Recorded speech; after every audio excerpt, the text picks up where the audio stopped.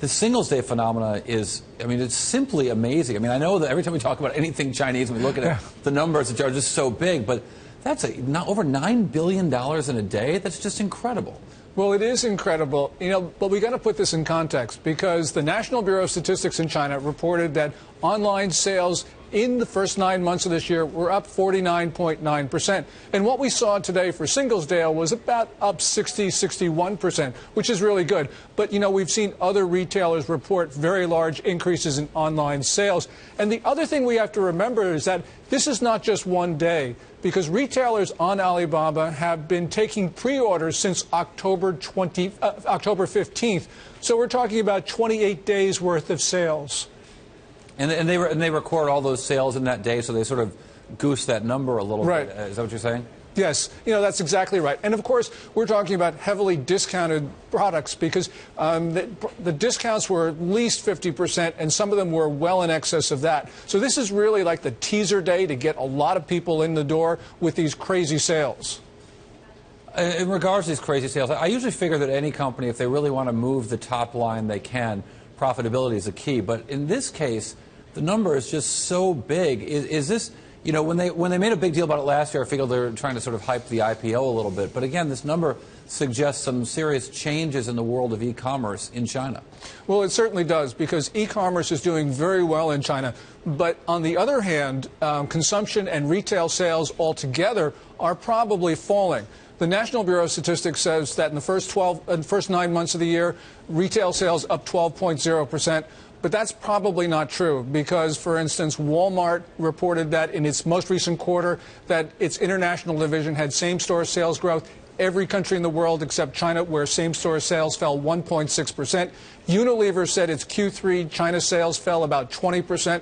And Chinese consumer products companies in the first 9 months of this year, their sales fell probably around 4% for the first 9 months. So that shows that consumption overall is in trouble, but retail sales are doing very well.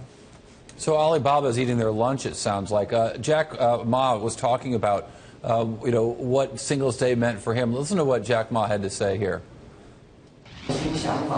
I want every type of enterprise, be it small or big, urban or rural, to be able to participate in this event. But interesting that consumption is not happening of global products as much as it sounds like you're suggesting, Gordon. It's Chinese-specific products. Well, yes, and this is the first year where Alibaba made a really big push to have foreign products on sale for Singles Day. I'm going to see this sort of be rolled out for next year, and clearly we have companies like Costco and Tesla for the first time are selling on Alibaba to try to test the Chinese market. So there are going to be additions to the Alibaba platforms with new products coming online. But again, I think that's where the real growth will be, not in overall consumption. One wonders if this is what the Chinese government wants from its e-commerce world, a single company dominating 80% of the commerce.